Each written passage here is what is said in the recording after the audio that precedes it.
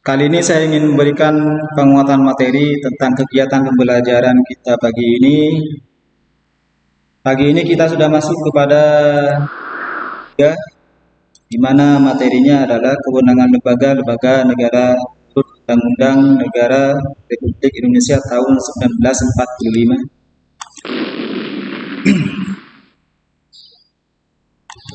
Kemudian submaterinya suprastruktur dan infrastruktur sistem politik Indonesia.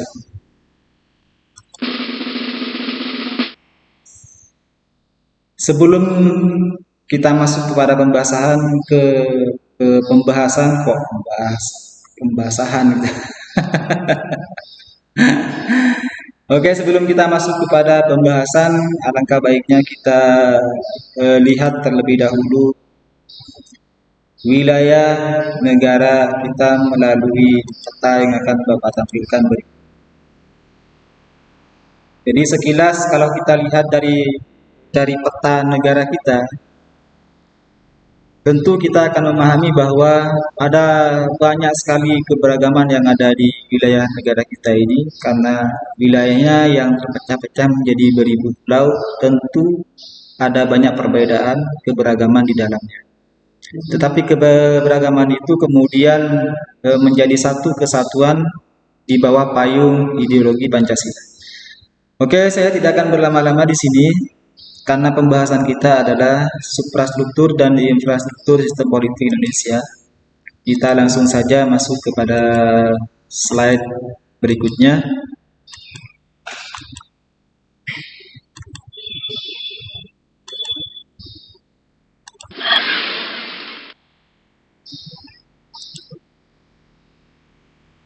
Ya, pembahasan yang pertama, suprastruktur politik Indonesia. Yang dimaksud dengan suprastruktur politik itu sebagai mesin politik resmi di suatu negara dan merupakan penggerak politik yang bersifat formal. Dengan kata lain, suprastruktur politik merupakan gambaran pemerintah dalam arti luas yang terdiri dari lembaga-lembaga negara yang tugas dan peranannya diatur dalam konstitusi negara atau peraturan perundang-undangan lainnya. Dan yang kedua, infrastruktur politik Indonesia. Infrastruktur politik adalah kelompok-kelompok kekuatan politik dalam masyarakat yang turut berpartisipasi secara aktif. Bahkan kelompok-kelompok tersebut dapat berperan menjadi pelaku politik tidak formal untuk turut serta dalam membentuk kebijaksanaan negara. Kemudian selanjutnya, macam-macam infrastruktur politik di Indonesia itu secara garis besarnya ada 4 gitu. Yang pertama ada partai politik, yang kedua ada kelompok kepentingan, yang ketiga ada kelompok penekan, yang keempat ada media komunikasi politik. Oke, lanjut.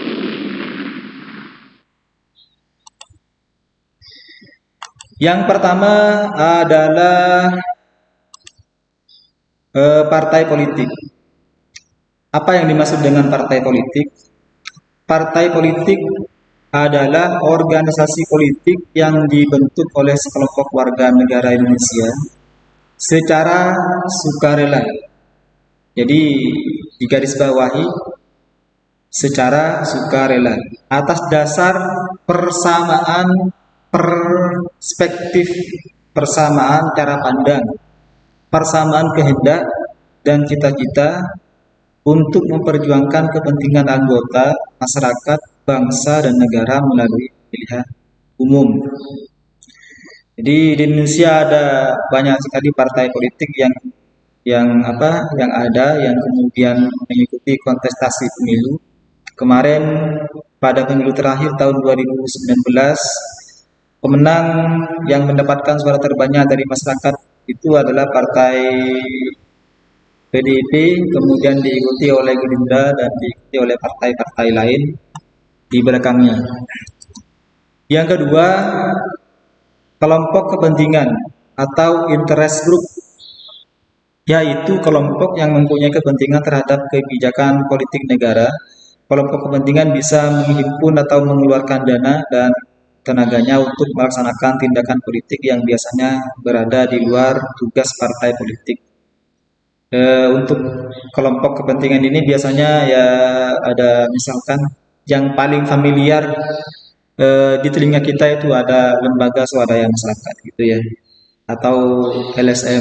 Kemudian ada komunitas buruh atau pekerja kasar, kemudian ada komunitas ini pengusaha, kemudian ada apa kelompok kepentingan itu ada pembayar pajak misalkan.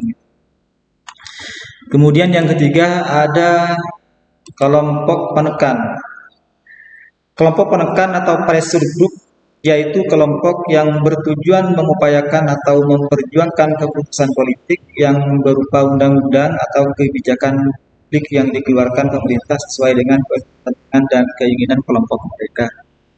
Kalau kita lihat misalkan kelompok penekan ini bahasa sederhananya adalah oposisi gitu ya.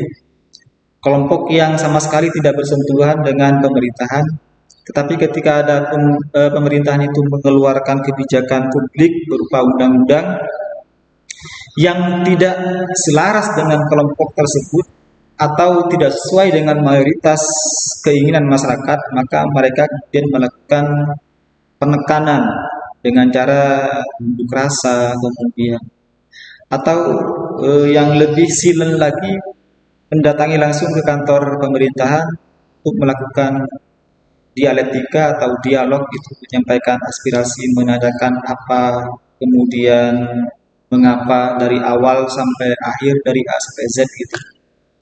Jadi itu kelompok penekan atau pressure group. Kemudian yang keempat ada media komunikasi politik, yaitu sarana atau alat komunikasi politik dalam proses penyampaian informasi dan pendapat politik secara tidak langsung, baik terhadap pemerintah maupun masyarakat pada umumnya. Sarana media komunikasi ini antara lain adalah media cetak dan media elektronik. Media cetak itu misalkan seperti koran, kemudian buletin, kemudian tabloid, kemudian majalah, dan lain sebagainya. Kemudian media elektronik itu ada media penyampai audio berupa radio gitu ya. Dari dulu radio itu sampai sekarang masih tetap eksis sekalipun perkembangan teknologi dan perkembangan media-media penyampai informasi sekarang sudah begitu adaptif dan juga canggih gitu ya. Tapi radio ini sampai sekarang masih tetap aktif dan menjadi salah satu media yang tetap digandrungi oleh masyarakat. Kemudian seiring dengan perkembangan zaman, selain radio, ada juga media sosial yang sekarang menyediakan layanan penyampai informasi berupa audio pesan audio begitu ya. Berupa pesan audio. Misalkan seperti di dalam WhatsApp itu ada fitur orang bisa menyampaikan informasi melalui pesan suara. Kemudian di Telegram dan juga yang lainnya situ. Jadi sekarang selain ada radio sebagai media penyampai audio, media penyampai informasi berupa audio, ada juga media sosial yang menyediakan layanan pesan suara seperti WhatsApp, kemudian Messenger, dan yang lain-lain. Kemudian yang kedua adalah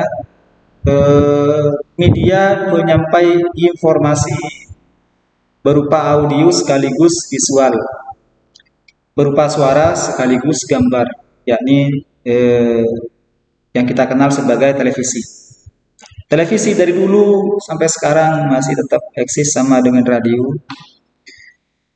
Cuman sudah desain-desain dari televisi itu sekarang sudah mengikuti perkembangan zaman. Kalau dulu ada TV tabung gitu ya. Sekarang sudah ada TV LCD, kemudian koneksinya itu ada juga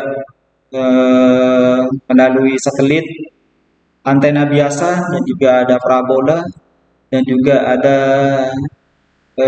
apa namanya, smart TV.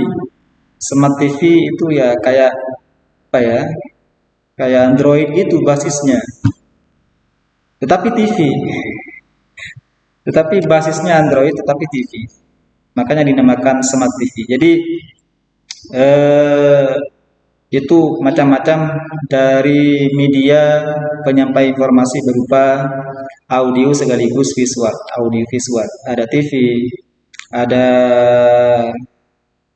YouTube sekarang. Jadi perangkat-perangkat seperti komputer, laptop, smartphone itu bisa digunakan untuk kita menonton atau mendengar atau mencari tahu tentang berita-berita apa yang terjadi hari ini, berupa audio sekaligus berupa visual.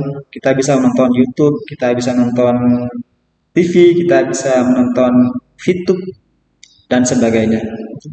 Seperti itu. Jadi semangat untuk kita semua, semangat belajar. Jadi terima kasih dan wassalamualaikum warahmatullahi wabarakatuh.